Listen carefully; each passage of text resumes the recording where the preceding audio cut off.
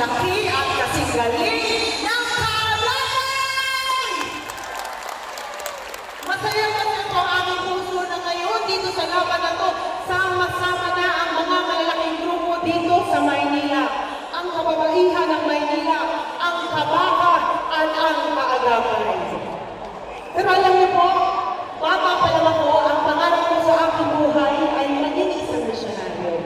Ngunit hindi po yun naisang kuparan. Kaya ang ipinangako ko sa Panginoon kung saan man niya akong karerang dadalhin, bibit-bitin ko na lang doon ang puso ng misyonaryo. Ako po ay naging isang broadcast journalist gaya ng aking kapatid na si Kuya Kim. Kilala niyo po yun? Sino po ang mas pogi?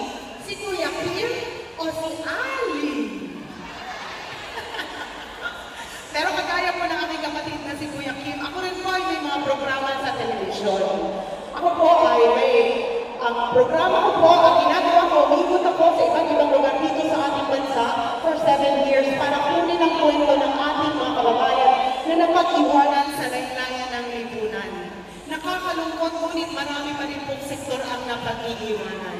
Sa pag-ilbot po namin iwanan dito sa Maynila, nakita ko maraming merong hinaing na kaya namang matulungan ng gobyerno. Ngunit, may isang realidad akong natutunan sa aking trabaho. Kahit ano wala ang isigaw natin, kung ang gobyerno ay hindi po marunong makinig sa tao, ika nga niyon, nga pa rin, panatayong lahat.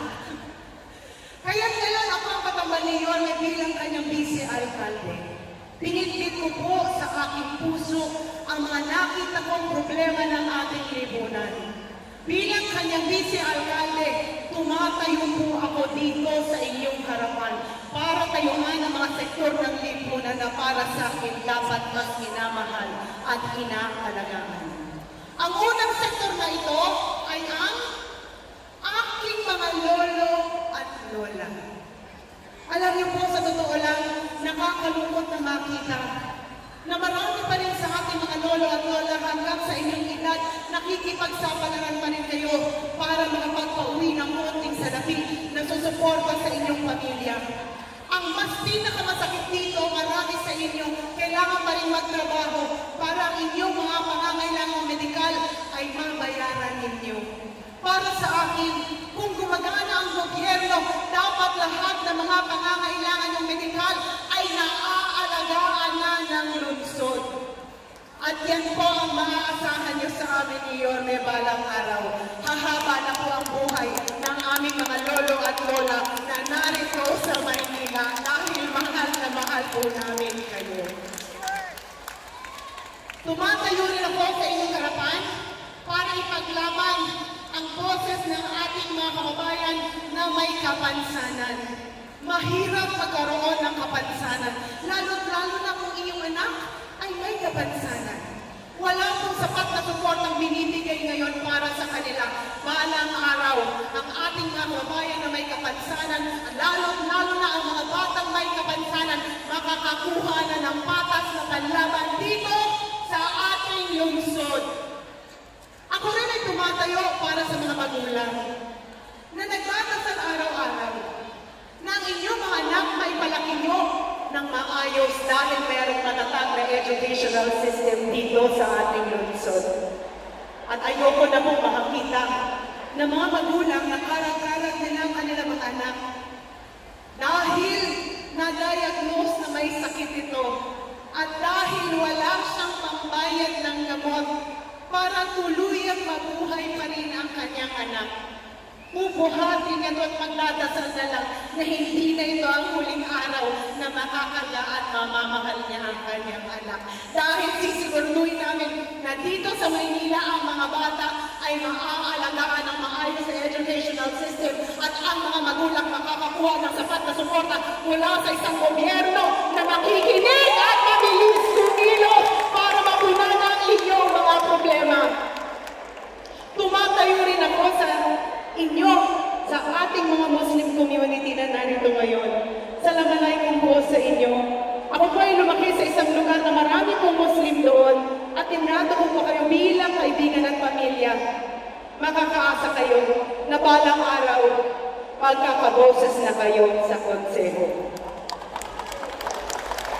At ako rin po ay tumatayo para sa mga members ng LGBTQ+ community na dito sa Maynila, patas po ang inyong panlaban at susuportahan at mamahalin po kayo ng gobyerno. Alam niyo, sa bawat sulok na aming nilalapagan ni Yorme, iisa lamang po ang sinisigaw ninyong lahat. Ano nga po yun?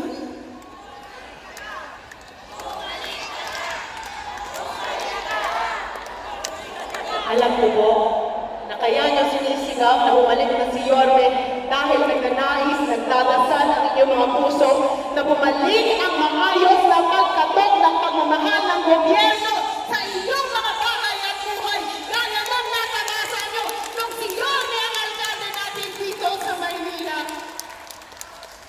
Mga kaagapay, huwag po kayong mag-alala dahil babalik na po si Yorme Isko Moreno Dumagoso!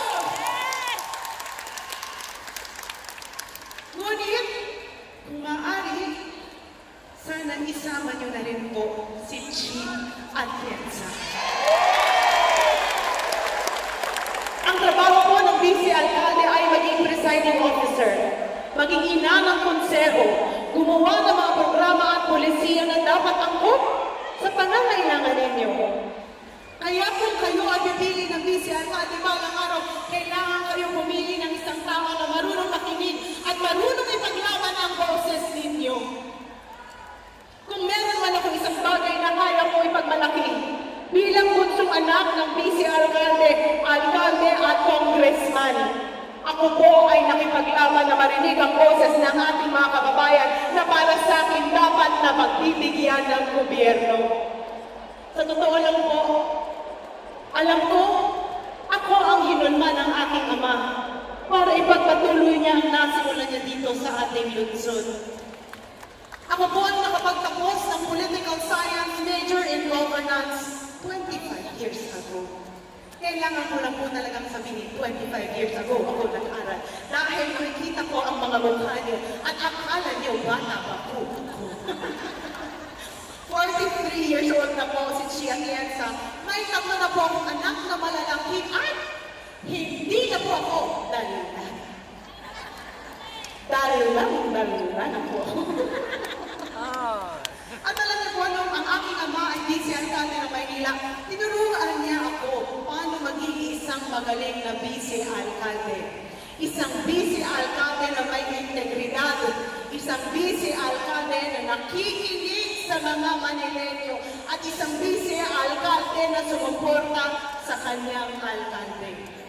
Mga kaagapay, maaasahan niyo po na balang araw susuportahan ko po ng buong-buo si Yorme Isko Moreno Dumagoso! Dahil naniniwala po ako na ang suporta ko kay Yorme ay suporta ko rin sa mga kaagapay na narito ngayon. Alam niyo po, alam ko na ang kaagapay, marami nang natulungan ng mga kandidatong nanalo. Mga konsehal, congressman, vice alcalde, alcalde. Inahain ko ang aking sarili ngayon sa inyong harapan. At ako po'y nakikiusap na sana tanggapin niyo rin ako bilang inyong anak, bilang inyong kapatid, bilang inyong apo, at bilang inyong kaibigan.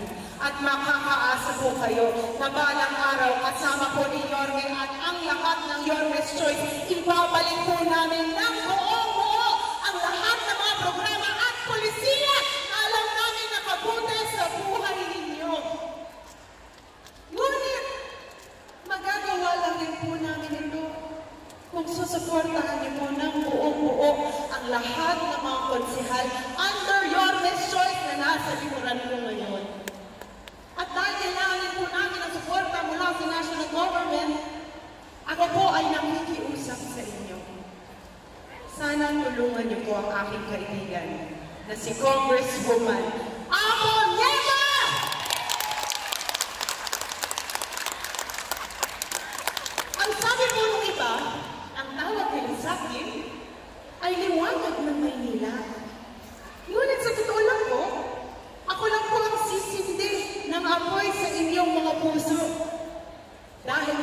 naniniwala ako na sa tampalan namin ni Yorme, habang inaayos namin ang minimum basic needs para sa inyo, ako po ang susuporta pagdating sa livelihood. Dahil bilang direktora ng kababaihan ng Manila, for 40 years, sinusulong na po namin ang livelihood training para sa mga Manilenyo na gustong matutong tumayo sa kanilang mga paa.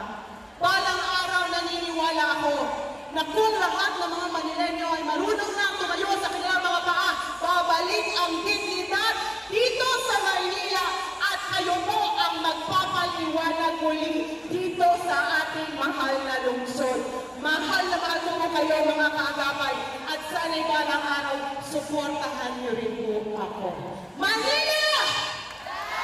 God first. Maraming salamat. Maraming salamat po. Muli po, palakpakan po natin ang liwanag ng Maynila, Vice Mayor Chi Atienza. At bago po ibigay ang ating susunod na tagapagsalita,